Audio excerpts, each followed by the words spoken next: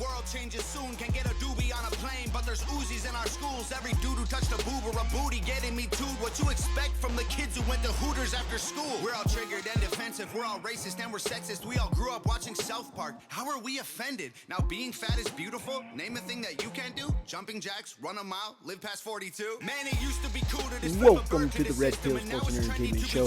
I am your host, Albert Apache, and as usual, brought to you by Open Source Self-Defense, Fitness, and Grappling. Okay, everybody, let's go ahead and get into today's topic. So today I want to talk about Roberto Jimenez. I believe that this young man could be a bracket buster in the 77 kilogram division at ADCC. So if you're unaware, just a few weeks ago, ADCC South American trials were held, and Roberto Jimenez qualified by winning that. 77 kilogram this year is stacked so far. Of course, we have Gary Tonin, JT Torres, we have Lachlan Giles. These are all some big names that everybody knows at 77 kilogram. Of course, we got Nicky Ryan, and we also have Cade Rotolo. All of these men are going to be in the 77 kilogram division, as well as Roberto Jimenez. Now, one of the reasons why I really think that Roberto can be a bracket buster, a dark horse in the ADCC 77 kilogram division, is because I believe he's a bit overlooked. We always seem to hear about the Rotolo brothers as the future of jiu-jitsu. That being said, we seem to not hear too much about Roberto. Oddly enough, they are very close in age, and Roberto does have a win over Cade. So let's go ahead and look at a video breakdown. Number one, we're going to look at how he won ADCC trials, South American trials. We're going to look at that match, the final. And we're also going to look at a match he had a few months ago against Cade Rotolo. Okay, guys, let's take a look at the breakdown. Okay, guys, let's go ahead and get into this video breakdown. So first and foremost, I want to talk about why I think that Roberto Jimenez could possibly be a 77 kilogram bracket buster at ADCC. And to kind of take a look at this, we're going to look at the South American trials final round at that weight class. That's this fight that we're taking a look at now, and how exactly Roberto went about qualifying for ADCCs. So to start off here, you see Roberto is starting in a north-south position, and he comes around into side control. Now, notice how he blocks the hip with his arm. He's going to drive his opponent over so that he can start looking to step over. So he really got his opponent going to the one direction. He's able to step over. He's going to plant his foot nice and flat on the mat and keep his heel nice and close to his opponent's hip. This is going to be important when he pulls back and he drags his opponent up onto his chest to take the back. Also important is, if you notice his left leg, his knee comes underneath the hip of his opponent in order to create a wedge, and this is also going to help him to get to the back of his opponent. Let's watch this here. Boom, and he drags him over. Now, as we go into the finishing sequence here, of note is the body lock triangle that he's going to make with his legs. Let's watch that here. And initially we start off with a very textbook or traditional body lock where the lock is away from the mat, right? I think this is the way most people teach it. Now watch as Roberto goes to control his opponent's right hand. He's going to control that right hand and he's going to feed it downward so that it becomes available to his right leg. There it is. He's holding it down there, and watch as he unlocks the body lock in order to trap the opponent's arm with his right leg. There it is. Now, this is a key detail. This is one of the reasons why I believe Roberto is being overlooked somewhat in his division. It's because he does prioritize his position over the submission. In other words, he makes sure that the platform from which he's going to attack is the platform that he wants. So you'll notice he's using his hand here to grip his ankle. This is going to allow him to make the adjustment to get the body lock with his leg nice and tight and really trap that arm. There it is. And now that the body lock is locked in place and the arm is trapped, essentially this is two arms on one. Roberto is going to come up underneath the armpit of his opponent, waterfall with like a monkey grip downward, and keep the defending hand out of the way as he buries his thumb under the neck and feeds it through for the choking position.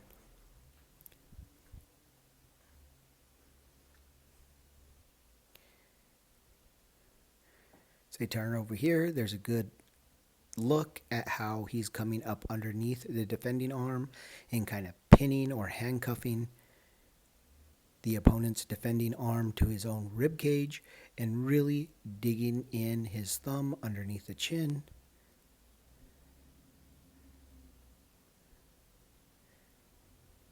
There it is. Boom. And that's all she wrote. Roberto goes on to finish this, of course, and this does qualify him for the ADCC 77 kilogram.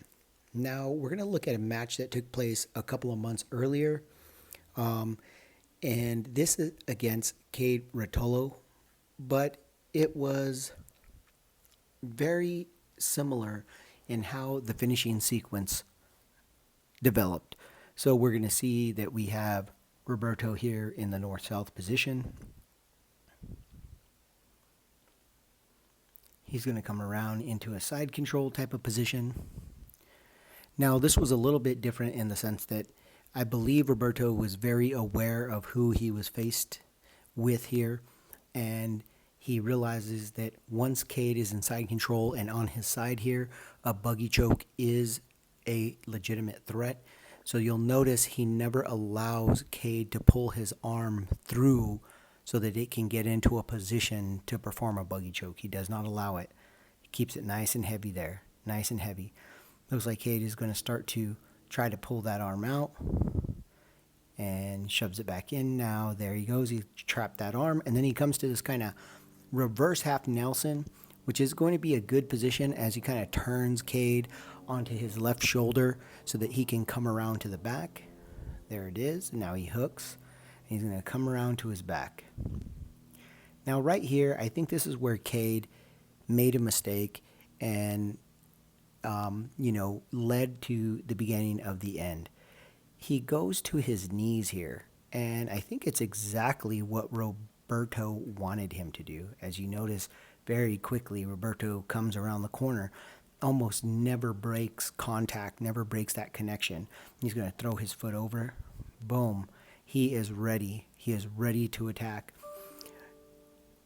To continue this particular mistaken sequence, Cade will now try to front roll over that left shoulder, and there just is no space for it. There's really no space.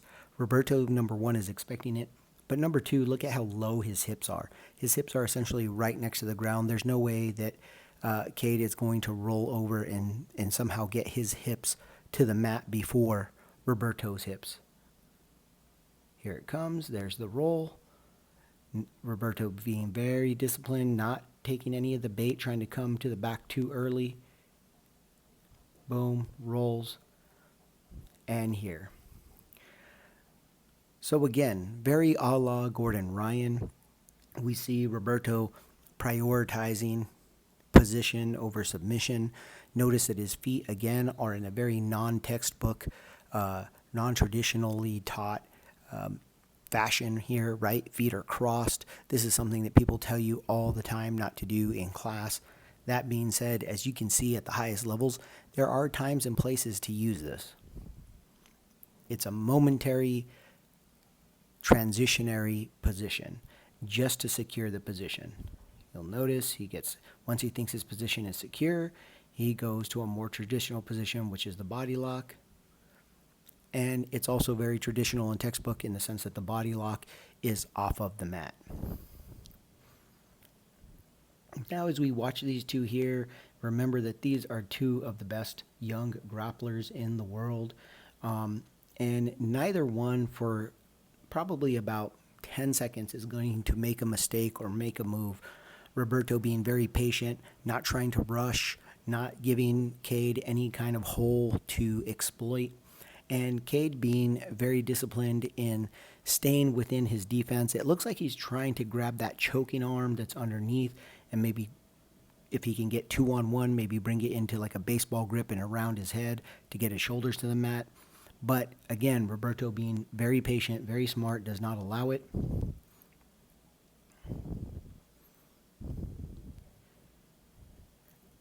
And here in just a second, you're going to watch as Roberto is going to essentially pull Cade over and onto his chest and get him to the other side so that he can expose his attacking side. I think this is probably the side Roberto favors to attack from.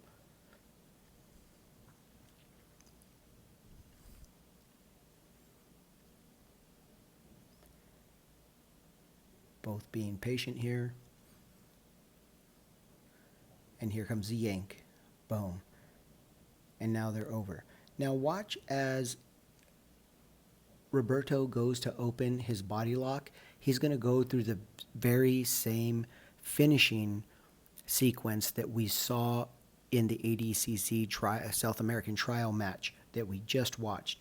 He's going to feed Cade's right arm down to his right leg to bite a hold of it. There it is. Bam. Fed it down. Right leg comes over.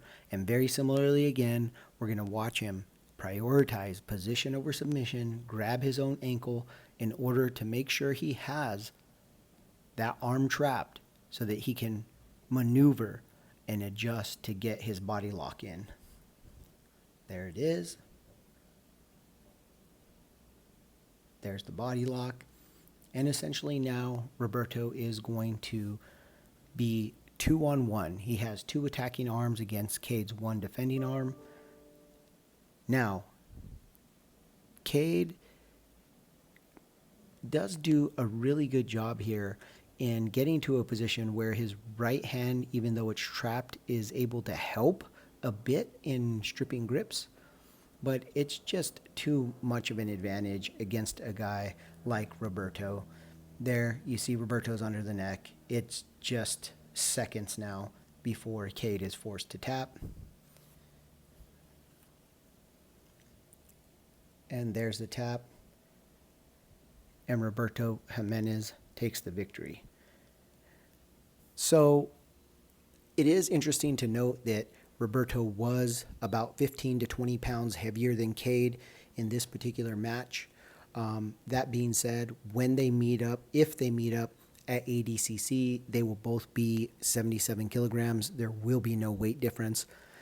Having seen Roberto at 77 kilograms now, I really don't think he's going to lose much strength. I don't think he's going to lose much flexibility or anything of the sort. I think all of his physical attributes will be intact.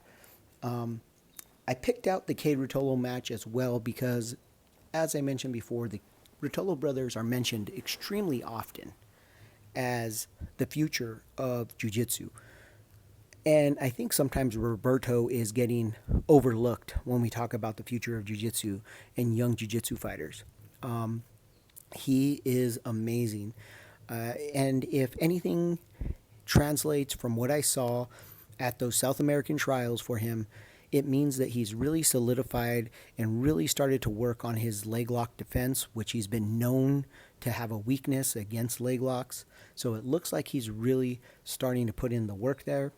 And if he can get to the back, he is a devastating finisher from the back.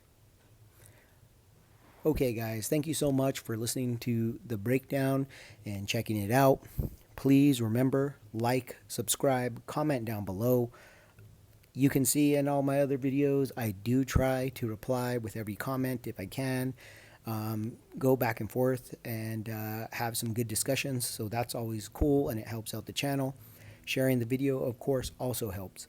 Check it out. We are really close to hitting 500 subscribers. We're about 100 and some out, almost 200, but not quite. And we're not quite on pace for the goal for 1,000 subscribers in July yet. So to help us out, what I'm going to do is the video right after we hit 500 subscribers, we will do a giveaway. It'll be either a rash guard or a gi. Most likely a rash guard. I think that'll be a little bit easier to have just about every size that I would need to fulfill whoever wins the gi, and we'll put together something on the video that is right after we reach the 500 subscribers. So keep checking out for that. All right, guys, that's all I got. So remember, until next time, be practical, be purposeful, get fit with a purpose, guys. Every dude who touched a boob or a booty getting me too. What you expect from the kids who went to Hooters after school? We're all triggered and defensive. We're all racist and we're sexist. We all grew up watching South Park. How are we offended? Now being fat is beautiful. Name a thing that you can't do. Jumping jacks, run a mile, live past 42. Man, it used to be cool to just flip a bird to the system, and now it's trendy to be triggered and pretend you're a victim. It's my race, it's my weight, it's because I'm a Christian. I hate the internet and anyone who has an opinion. And everybody angry if you say white. Okay, fine. Pass me the brush and I'll paint my face to the shades right. Let's talk about abortion. Sorry, tell me how this works. Bacteria is life on Mars, but a heartbeat isn't life on Earth? Weird.